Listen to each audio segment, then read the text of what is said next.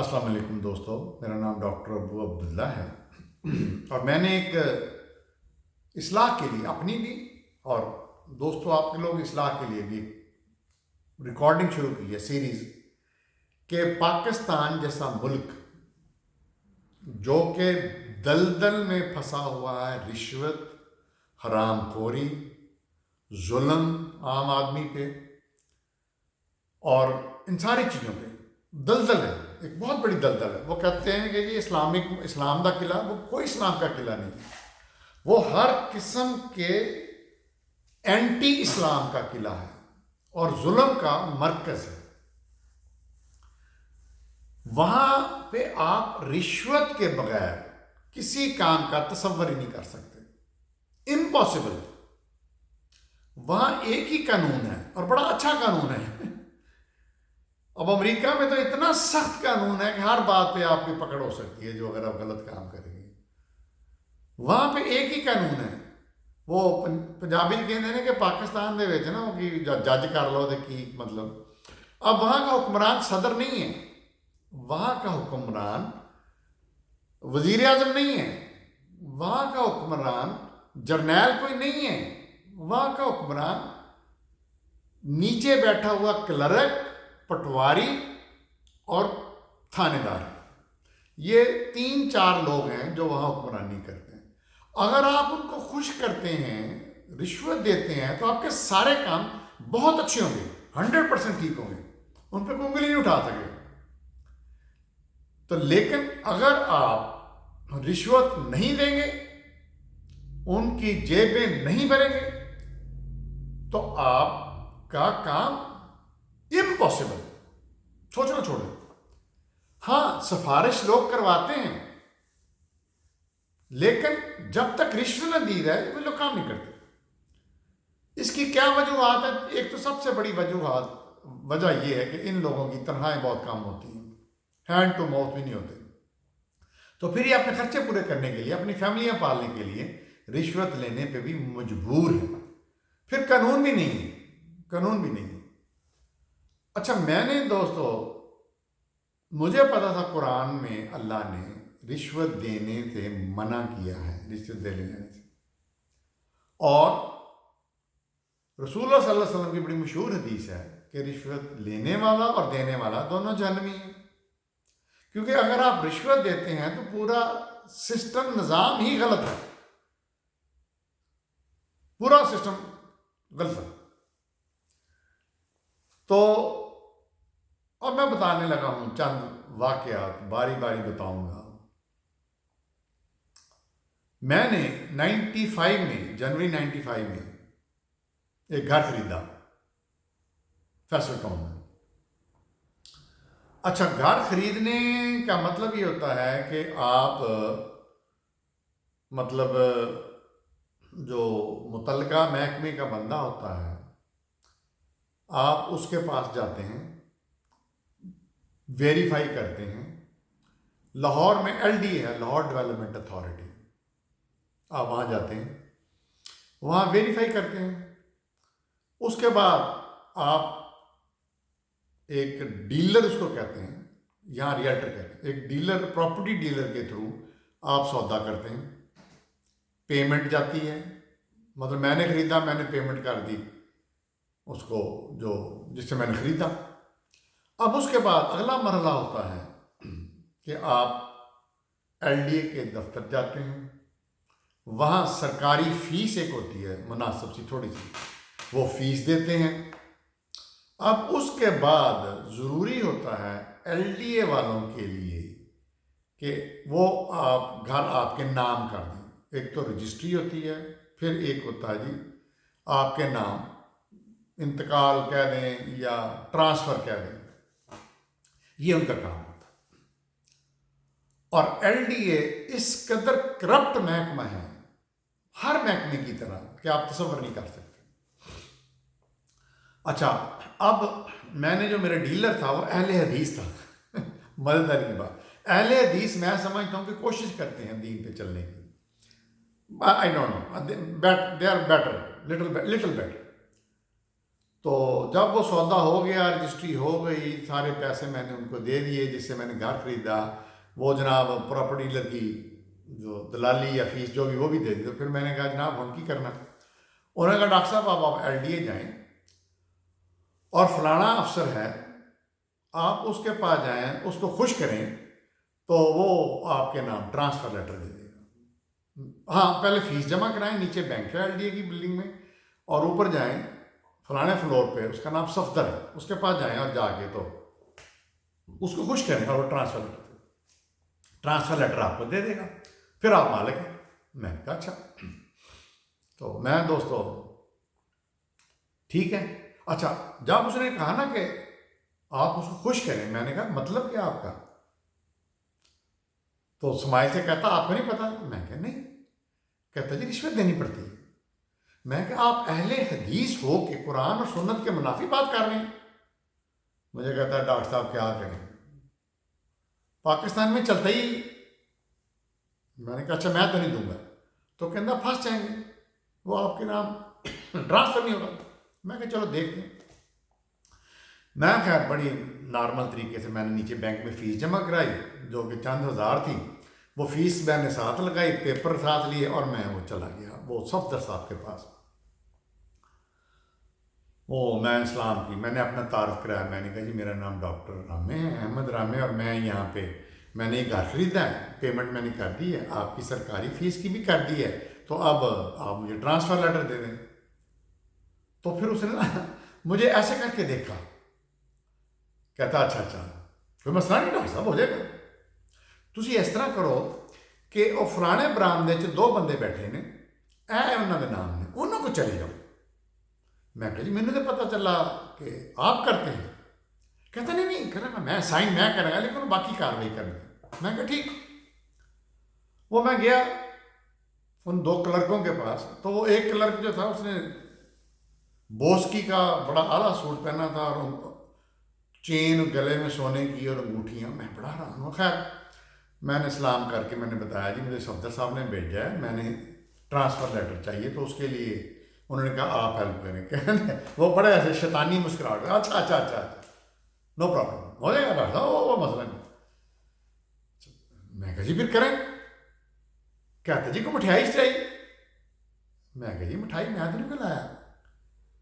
تو کہتے ہیں ہاں بڑے بھولے لگتے ہیں۔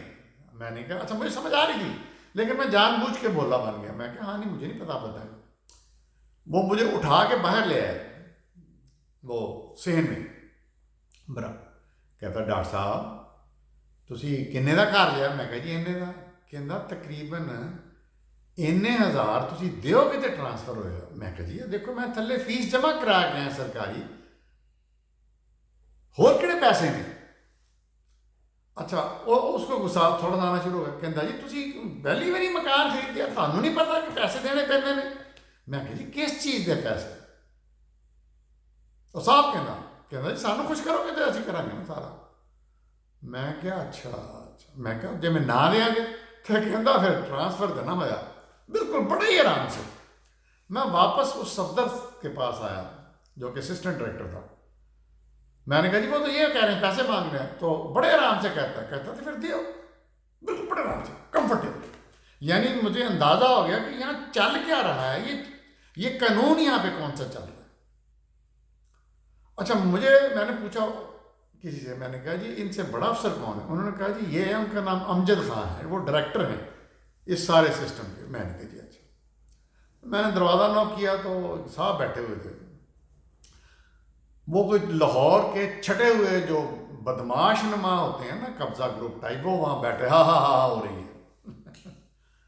تو خیر میں نے سلام کیا کہ جی میرا نام ڈاکٹر ہمیں، تو یہ گھر میں نے خریدا، یہ میں نے فیس دے دی ہے۔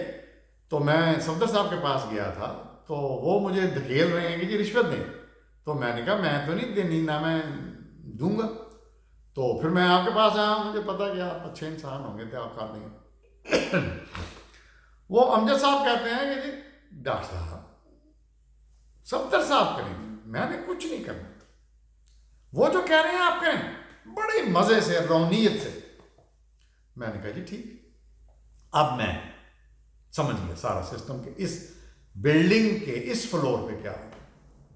پھر میں نے پتا کیا کہ ان سے اوپر کون، سب سے اوپر کون ہوتا ہے. انہوں نے کہا G L D A plaza ہے جیٹن روڈ پہ،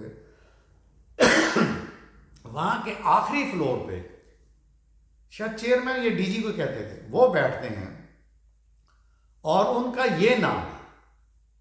اب میں نے اپنی تسمیاں جو پڑھتا ہوتا ہوں اللہ کی مدد کے لیے، میں نے وہ پڑھنی شروع کی اور میں نے گاڑی میں بیٹھا اور وہاں پہ پہنچ گیا، ٹاپ فلور پہ پہنچ گیا لفٹ سے، اور دفتر بہت بڑا تھا. ان میں سے کسی صاحب سے پوچھا جی وہ ڈی جی صاحب کب آتے ہیں؟ انہوں نے کہا کہ جی بس آنے والے ہیں، تو آپ کو کوئی کام ہے؟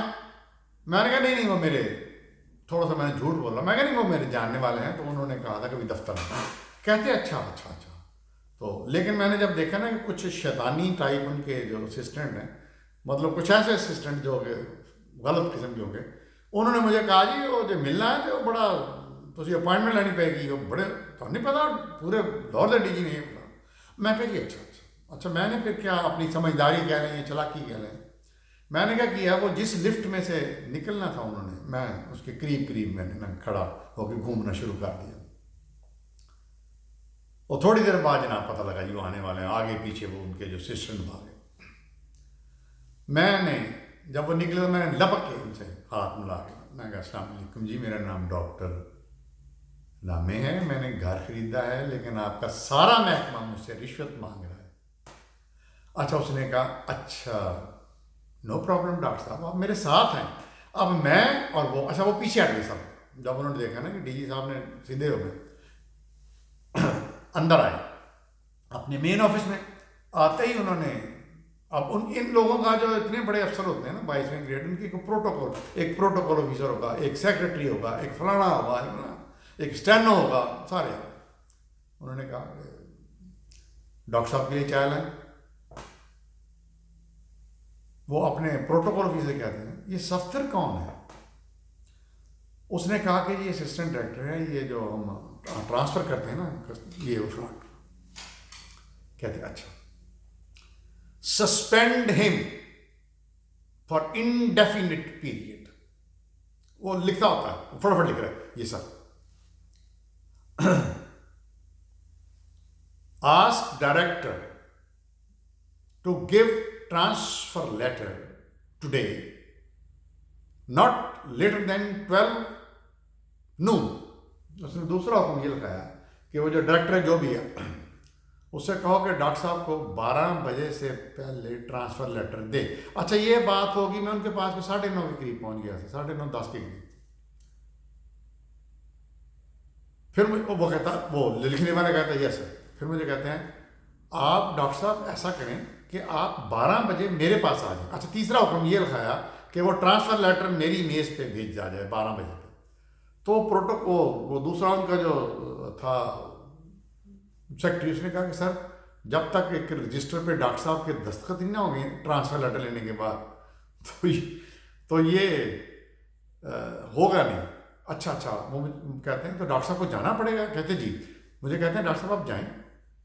اس وقت سیل فون نہیں ہوتا، آپ جائیں امجد خان کے پاس، وہ ڈاکٹر کے پاس، اور جب آپ لیٹر لے لینا تو پھر مجھے اس میرے ڈائریکٹ نمبر، وہ ہاٹ نمبر ہوتا تھا، اس نمبر پہ مجھے کال کر کے بتائیں. میں نے کہا سر ٹھیک. میں نے کہا جاؤ. کہتے جی ہے.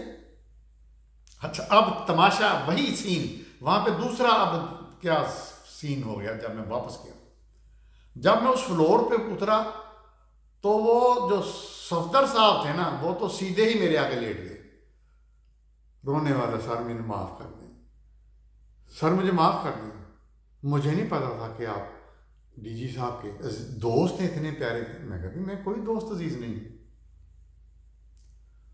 اب وہ میرا پیچھے نہ چھوڑے، اور جو عام لوگ آئے ہوتے ہیں نا وہ وہاں پہ ایل ڈی اے دفتر میں وہ سارے تماشا دیکھ رہے ہیں. اچھا ملازم بھی نکل آئے چھوٹے کلرک سے، ان میں سے 2 کلرک وہ بھی انہوں نے آگے ایسے میرے ہاتھ مانگے سر جی اسی غریب لوگ مارے سر جی اسی تے رہ رہے دادا جی دادا.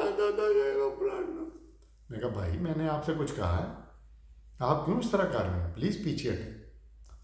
وہ پیچھے. اب میں امجد صاحب کے دفتر، اچھا ہاں امجد کے صاحب کے دفتر گیا تو وہ پہلے ہی ٹرانسفر لیٹر لے کے گیٹ پہ کھڑا، اپنے دروازے پہ کھڑا، سر ایم ایکسٹریملی سوری، مجھے نہیں پتا تھا کہ آپ اتنے اچھے دوست ہیں. ان کا نام کوئی شاہ صاحب تھا، میں نام نہیں لینا چاہتا. آپ شاہ صاحب کہتے ہیں آپ نے پہلے کیوں نہیں بتایا؟ میں نے کہا بھائی میں تو ان کو جانتا ہی نہیں، میں تو آج ملا ہوں. وہ کہتا ہی نہیں سر آپ تو پھر ایسے ہی مذاق کر رہے ہیں. یہ سر آپ کا ٹرانسفر لیٹر تیار ہے سر، یہاں پہ دستخط کر دیں، آپ پہ رجسٹر چکے آئے. اور میں نے وہاں پہ دستخط کیے. تو میں نے کہا اچھا جی میں چلتا ہوں. سر آپ بیٹھے نا، چائے پانی؟ میں کہتے ہیں میں نے کہا وہ ڈی جی صاحب میرے فون کا انتظار کر رہے ہیں، انہوں نے کہا تھا کہ جب لیٹر ملے مجھے فون کرنا. کہتا جی فون کر رہا ہوں. میں نے آپ کے دفتر سے نہیں کرنا، میں باہر سے کروں. میں باہر آیا، باہر آ کے میں نے فون کیا، میں نے کہا شاہ صاحب آئی ریسیو دا ٹرانسفر لیٹر. کہتے ہیں اوکے تھینک یو گڈ. تو دوستو یہ کہانی ہے میرے ایمان توکل کی اللہ کے اوپر، اور اللہ کی مدد دیکھیں کیسے پہنچی. اس شہر میں، اس ملک میں جو گٹر بن چکا ہے رشوت سے، جو غلاظت بن چکا ہے، ناجائز لوگوں پہ ظلم کر کے ان کے پیسے ہڑپنے کا. اور پھر اس کے بعد کیا ہوا، وہ کلرک سسپینڈ نہیں ہو گئے، پتہ نہیں فارغ ہو گئے. وہ صفدر 6 مہینے کے لیے جو تھا وہ سسپینڈ ہو گیا. اس نے نیا کام شروع کیا. وہ مہینے بعد میرے گھر آتا تھا، تو میں تو ہسپتال میں ہوتا تھا. وہ بیگم کی منتیں ترلیں، باجی مینوں بچا لو، باجی بڑی غلطی ہوگی، باجی میں ہم نہیں کروں گا، باجی میں کچھ نہیں کروں گا. وہ بیگم کہتی ہے کہ میرے پیچھے پڑا ہوا ہے. میں نے کہا یار یہ واقعہ ہوا تھا. تو کہتی ہے کہ چلے دفع کرے چھوڑ دیں. تو مطلب وہ کافی اس کو نا رکیت دار، پہلے ڈی جی صاحب نے، پھر اے ڈی ایڈیشنل ڈائریکٹر جنرل، انہوں نے بڑی دیر وہ لٹکا رہا. تو دوستو جب آپ اللہ کو دل سے پکارو گے، اللہ کو اللہ سمجھ کے، اس پہ ایمان رکھ کے اور اس کے احکامات مان کے، تو پھر اللہ کی مدد ایسے ہی آتی ہے. دیکھتے رہیے میرا چینل ڈاکٹر ابو عبداللہ.